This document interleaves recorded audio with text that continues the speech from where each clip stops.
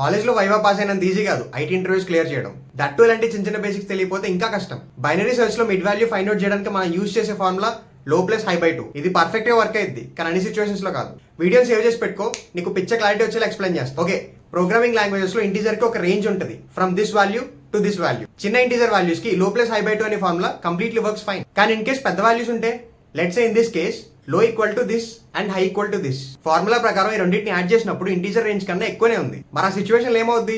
పక్క exception raise అవుతుంది. మరి దీనికి ఏంటి సొల్యూషన్ అంటే, ఇన్స్టెడ్ ఆఫ్ యూజింగ్ లో plus high by 2 use this formula లో ప్లస్ హై మైనస్ లో బై 2. సరే, ఇప్పుడు ఒకసారి ఎగ్జాంపుల్ ని ఫార్ములాతో టెస్ట్ చేద్దాం. ఫస్ట్ హై మైనస్ లో కంప్యూట్ చేస్తాం, తర్వాత దాన్ని డివైడెడ్ బై 2 చేస్తాం, తర్వాత వచ్చిన వాల్యూని లోతో ప్లస్ చేస్తాం. ఇలా చేసినా కూడా value with in the range లోనే ఉంది. So problem solve. In case నువ్వు జావా యూస్ చేస్తుంటే సింపుల్ గా అన్సైన్ రైట్ బిట్ షిఫ్ట్ యూస్ చేయొచ్చు. ఇంటర్వ్యూ క్రాక్ చేయాలంటే ఇలాంటి టిప్స్ చాలా కావాలి. నేను ఇలాంటి టిప్స్ చెప్తూనే ఉంటా, మిస్ అవ్వకూడదంటే ఇప్పుడే ఫాలో చేసి పెట్టుకో. నాది గ్యారంటీ, పక్క రిగ్రెట్ అవ్వవు. వీడియో నచ్చితే ఇప్పుడే లైక్ చేయి, మీ ఫ్రెండ్స్ అందరికి పక్కా షేర్ చేయి. నెక్స్ట్ వీడియోలో మాట్లాడుకుందాం.